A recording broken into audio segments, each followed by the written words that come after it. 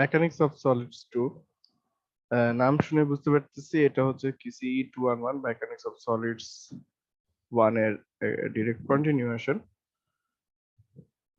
এর আগের সেমিস্টারে তোমরা যা যা পড়েছো মেকানিক্স অফ সলিডস 1 এ যা যা দেখেছো, এছাড়াও তোমরা ইঞ্জিনিয়ারিং মেকানিক্সে যে রিঅ্যাকশন সেন্ট্রয়েড এসব কম্পোনেন্ট যে বের করে শিখেছো, এই নলেজ গুলো আমাদের এখানে ফান্ডামেন্টাল। এই মেকানিক্স অফ সলিডস 2 এর জন্য যে প্রি রিকুইজিট কিছু বিষয় আমাদের জানা থাকা লাগবে বা শিখতে হবেই, সেটা আমরা আগাতে পারবো না। যেটা তোমরা অলরেডি শিখে এসে সেটা হচ্ছে কি রিঅ্যাকশনস বের করতে পারা, বিমে রিঅ্যাকশন বের করতে পারা, তারপরে হচ্ছে শিয়ার ফোর্স এবং বেন্ডিং মোমেন্ট ডায়াগ্রাম আঁকতে পারা, তারপরে হচ্ছে স্ট্রেস এবং স্ট্রেইনের যে ধরন এবং কনসেপ্ট গুলো আছে সেটা সম্বন্ধে জানা। এছাড়াও যেটা একেবারেই ইনিশিয়াল ক্যালকুলেশনের স্টেপের মধ্যে পড়বে এবং যেটা সম্বন্ধে আসলে আমরা খুব বেশি চিন্তাই করতে পারবো না, সেটা হচ্ছে কি সেন্ট্রয়েড, মোমেন্ট অফ ইনার্শিয়া এসব বের করতে পারা।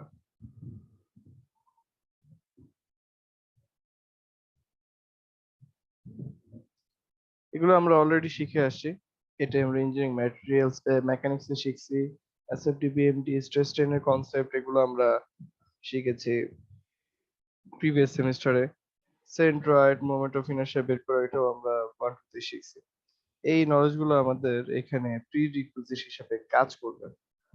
আমরা এখানে রিঅ্যাকশন বের করা শিখতে পারবো না। আমরা এগুলো হচ্ছে দেখবো অঙ্কের একদম শুরুর দিকে। আমরা যদি এটাকে অঙ্ক হিসেবে চিন্তা করি, আমাদের প্রবলেম গুলোর একদম শুরুর দিকেই হচ্ছে কি রিঅ্যাকশন, ওই শিয়ার ফোর্স বেন্ডিং মোমেন্ট ডায়াগ্রাম এগুলো বের করা, অথবা স্ট্রেস অথবা সেন্ট্রয়েড মোমেন্ট অফ ইনার্শিয়া এগুলো বের করা। আমাদের যে কারিকুলামের পার্ট হিসেবে যা যা থাকবে সেটা হচ্ছে প্রথমে হচ্ছে বিম ডিফ্লেকশন। আমরা প্রিভিয়াস সেমিস্টারে বিমের বেন্ডিং মোমেন্ট ডায়াগ্রাম আঁকা শিখছি, শিয়ার ফোর্স ডায়াগ্রাম আঁকা শিখছি। এই সেমিস্টারে আমরা বিমের ডিফ্লেকশন বের করার চিন্তা করব। ফর এক্সাম্পল, একটা স্কেলকে দুই হাতের মাঝখানে রেখে যদি এরকম এদিকে আটকাও এবং এদিকে আটকাও, মাঝখানে যদি চাপ দাও দেখবে স্কেলটা এভাবে বেঁকে যাচ্ছে। এখানে বেন্ডিং মোমেন্ট হবে।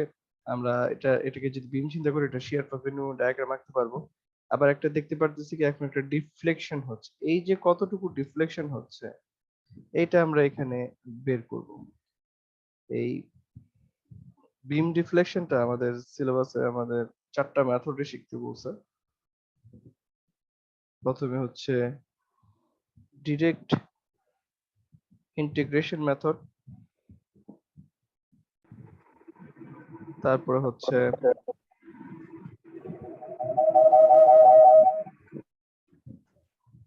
Moment area method, elastic load, আর হচ্ছে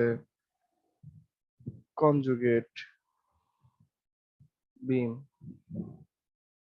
এই দুইটা মেথড একই জিনিস। আসলে ইলাস্টিক লোডের একটা পরিবর্তিত রূপ হচ্ছে কনজুগেট বিম। আমরা মূলত এখানে তিনটা জিনিস দেখবো: ডিরেক্ট ইন্টিগ্রেশন, মোমেন্ট এরিয়া এবং কনজুগেট বিম মেথড। এখানে এই বিম ডিফ্লেকশন পার্টটাতেই আসলে আমাদের মূলত বিমের রিঅ্যাকশন এবং শিয়ার ফোর্স বেন্ডিং মোমেন্ট এই নলেজটা আসলে আমাদের এই পার্টটাতে লাগবে। ইনিশিয়াল আমরা প্রথম যে টপিকটা দিয়ে শুরু করবো সেটাতে এইগুলো লাগবে: direct integration, moment area, elastic load method এবং কনজুগেট। আমাদের এই দুইটা আসলে একই জিনিস, তো আসলে তিনটা মেথড আমরা শিখবো এবং আমাদের এখানে এই নলেজ গুলো আমাদের আহ থাকা লাগবে। বিম ডিফ্লেকশনের পর আমরা যেটা দেখবো সেটা হচ্ছে স্ট্রেস ট্রান্সফরমেশন।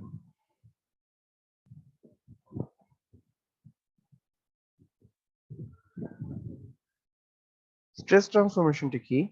আমরা এতদিন যদি এরকম একটা অবজেক্ট চিন্তা করি, এই অবজেক্টকে শুধুমাত্র এই ধরনের স্ট্রেস কম্পোনেন্টে চিন্তা করছি। ধরো ওয়াই অ্যাক্সিস বরাবর, এক্স অ্যাক্সিস বরাবর sigma X, sigma Y tension compression এভাবে আছে ধরো চিন্তা করছি, অথবা শিয়ার স্ট্রেস আছে।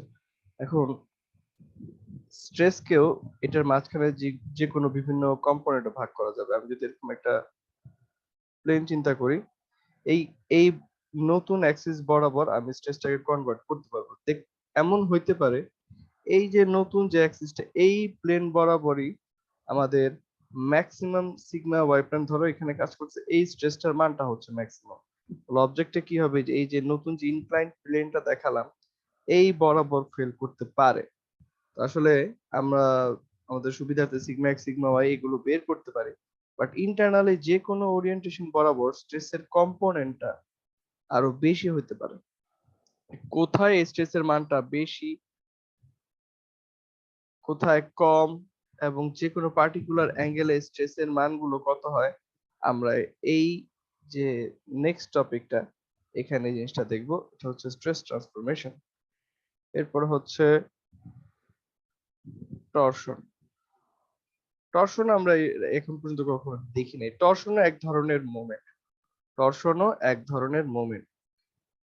আমরা এতদিন পর্যন্ত যে মোমেন্টটা নিয়ে ডিল করেছি বেন্ডিং মোমেন্ট সেটা, আর এখন আমরা দেখবো টরশন মোমেন্টের একটা ইফেক্ট দেখবো। টরশন মোমেন্টটা কি, আমি যদি এক্সাম্পল স্বরূপ বলি, এই যে একটা একটা অবজেক্ট চিন্তা করি, এই লেন্থ বরাবর যে অ্যাক্সিসটা আছে সেটাকে বলে লংকিটিউডিনাল অ্যাক্সিস। এই বরাবর যদি কোনো মোমেন্ট কাজ করে, এর মানে বস্তুটাকে তার লেন্থ বরাবর যদি ঘোরানোর চেষ্টা করে, তাহলে সেটাকে আমরা বলি টরশন। আমরা এখানে টরশনাল স্ট্রেসের ইফেক্টটা চিন্তা করব। বেন্ডিং মোমেন্টের জন্য আমরা করেছি, এখন আমরা দেখবো টরশনের জন্য কি ধরনের স্ট্রেস তৈরি হয়। টরশনের জন্য যেটা দেখবো আমরা, শিয়ার স্ট্রেস তৈরি হয় এবং সেটা ক্যালকুলেট করা শিখবো। সার্কুলার অবজেক্ট, নন সার্কুলার অবজেক্ট, তারপর হচ্ছে অ্যাঙ্গেল অফ টুইস্ট, এগুলো আমরা এই মেথড এই চ্যাপ্টারটাতে বের করা শিখবো। এখানেও আসলে মূলত আমাদের এই মোমেন্ট অফ ইনার্শিয়া এইটার একদম প্রিলিমিনারি নলেজটা এখানে টরশনে লাগবে। আসলে সার্কুলার সেকশন টেকশন এগুলো বের করতে পারলেই টরশনের কাজটা হয়ে যাবে। Moment of inertia, polar moment of inertia, এই জিনিসগুলো এখানে লাগে।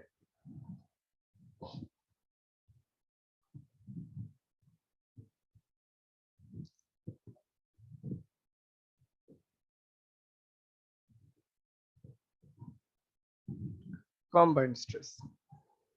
কম্বাইন্ড স্ট্রেস নাম শুনে বুঝতে পারতেছে এখানে কি হবে, কম্বিনেশন অফ স্ট্রেসেস। আমরা এই পর্যন্ত কি দেখছি, আমরা এই পর্যন্ত দেখছি আমরা নরমাল স্ট্রেস দেখছি পি বাই এ করে, আমরা বেন্ডিং মোমেন্ট বা বেন্ডিং স্ট্রেস দেখছি। বেন্ডিং বেন্ডিং স্ট্রেস এক ধরনের নরমাল স্ট্রেস। বেন্ডিং স্ট্রেস দেখছি, শিয়ার স্ট্রেস দেখছি।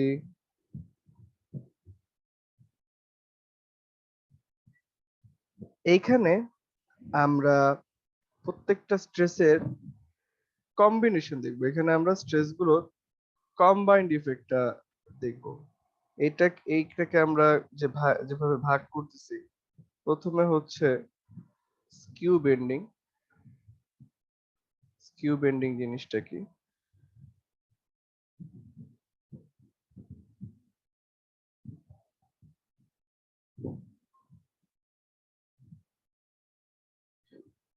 আমরা এতদিন যে ফর্মুলাটা পড়তাম সেটা কি ছিল, sigma is equal to MC over I, এইভাবে আমরা পড়ছি। ঠিক আছে, তো এখানে হচ্ছে কি মোমেন্টটা এক অ্যাক্সিস বরাবর কাজ করতেছে। এখন যদি একটা অবজেক্ট হয়, এই কলামের দুই অ্যাক্সিস বরাবরই মোমেন্ট কাজ করতে পারে। আমাদের এটাকে যদি জেড বলি, এটাকে যদি ওয়াই বলি, এখানে দুই অ্যাক্সিস বরাবরই মোমেন্টটা কাজ করতে পারে। তাহলে আসলে এখানে এই স্কিউ বেন্ডিং এ আমাদের ফর্মুলাটা এই চেঞ্জ হয়ে যাবে। ধরো এখানে দুইটা স্ট্রেসেরই ইফেক্ট আসবে, দুই অ্যাক্সিস বরাবর যদি মোমেন্ট কাজ করে, M Z over I Z.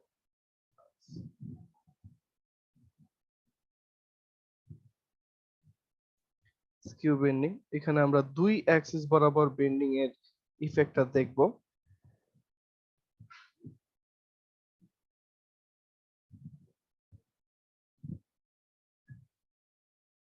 এরপরে আমরা দেখব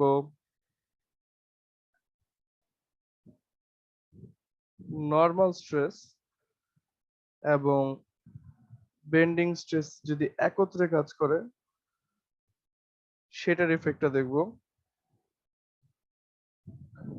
আর লাস্টলি আমরা নর্মাল বেন্ডিং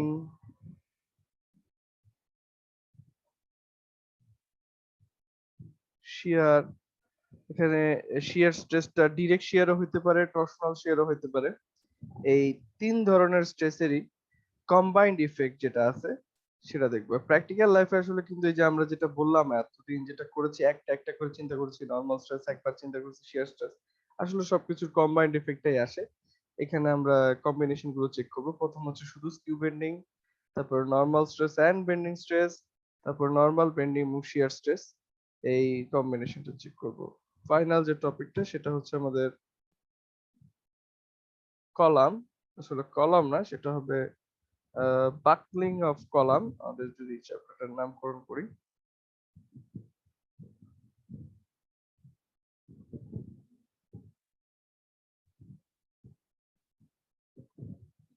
প্রিভিয়াস সেমিস্টারে আমরা একটা সেশনালে একটা এক্সপেরিমেন্ট করেছিলাম বাকলিং অফ কলাম রিলেটেড, তোমার যদি মনে থাকে।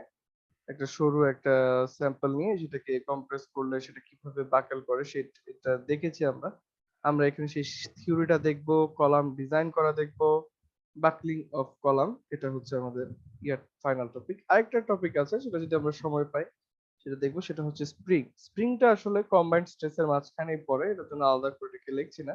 যদি সময় পাই আমরা স্প্রিং টপিকটা নিয়ে একটু আলাদা আলোচনা করব। এই হচ্ছে আমাদের ফান্ডামেন্টাল সিলেবাস।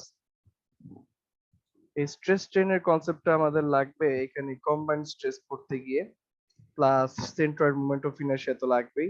বাকলিং অফ কলামে আমাদের সবচেয়ে বেশি যে জিনিসটা লাগবে সেটা হচ্ছে এই সেন্ট্রয়েড বের করতে পারা, মোমেন্ট অফ ইনার্শিয়া বের করতে পারা, এবং আদার্স যে সেকশনাল প্রপার্টি আছে যেমন রেডিয়াস, জাইরেশন, এগুলো আমরা যখন সময় আসবে তখন এগুলো নিয়ে কথা বলবো। এগুলো আমাদের বের করতে পারা লাগবে। এখানে যা যা লিখেছি মূলত এগুলো একেবারে prerequisite. Reaction, shear force bending moment diagram, stress এবং স্ট্রেন কি কি ধরনের আছে, এটার ফান্ডামেন্টাল কনসেপ্ট যেমন এমসি ওভার আই, সি মানে কি, অথবা আমরা যে অ্যাকচুয়াল যে formula M Y bar over I যেটা আছে এখানে কোনটা কি বোঝাচ্ছে এইগুলো। তারপর হচ্ছে সেন্ট্রয়েড, মোমেন্ট অফ ইনার্শিয়া, এগুলো বের করতে পারাটা।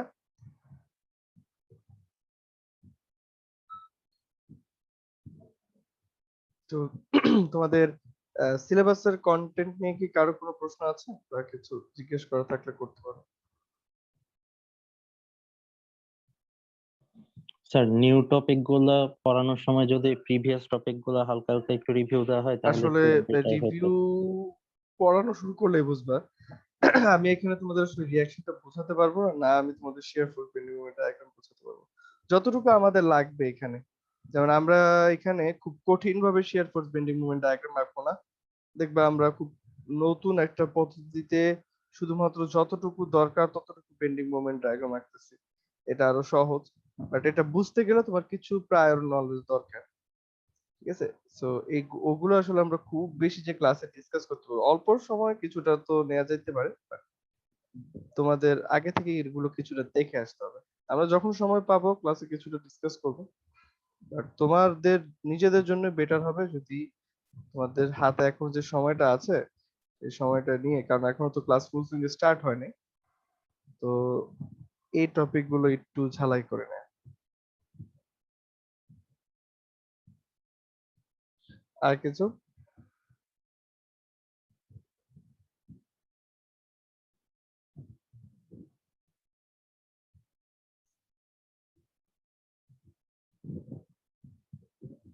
স্যার, কয়েকজন স্যার ক্লাসে জয়েন করতে পারে নাই।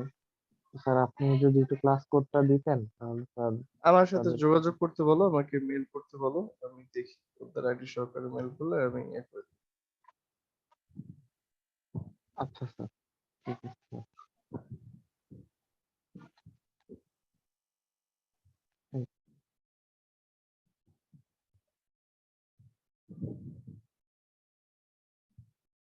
রেফারেন্স বই হিসেবে তো তোমরা জানোই পপল স্যারের বই, এই আমাদের যে টেক্সট বই যদি বলি, যেটা আমরা ফলো করব, সেটা হচ্ছে তোমরা পপল স্যারের যে বইটা পড়ো, যেটা তোমাদের অলরেডি আছে, engineering mechanics of solids.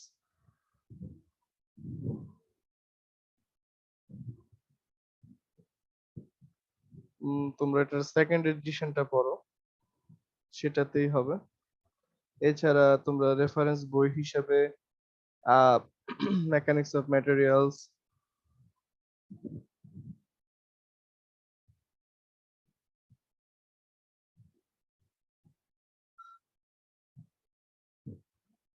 Peer and Johnston স্যারের বই, তারপর একটা হচ্ছে ওই বইটার নামটা আমার এখন মনে পড়তেছে না, এই মেকানিক্স রিলেটেডই, মানে বললেই হয় মেকানিক্স এর বই বাই আর.সি.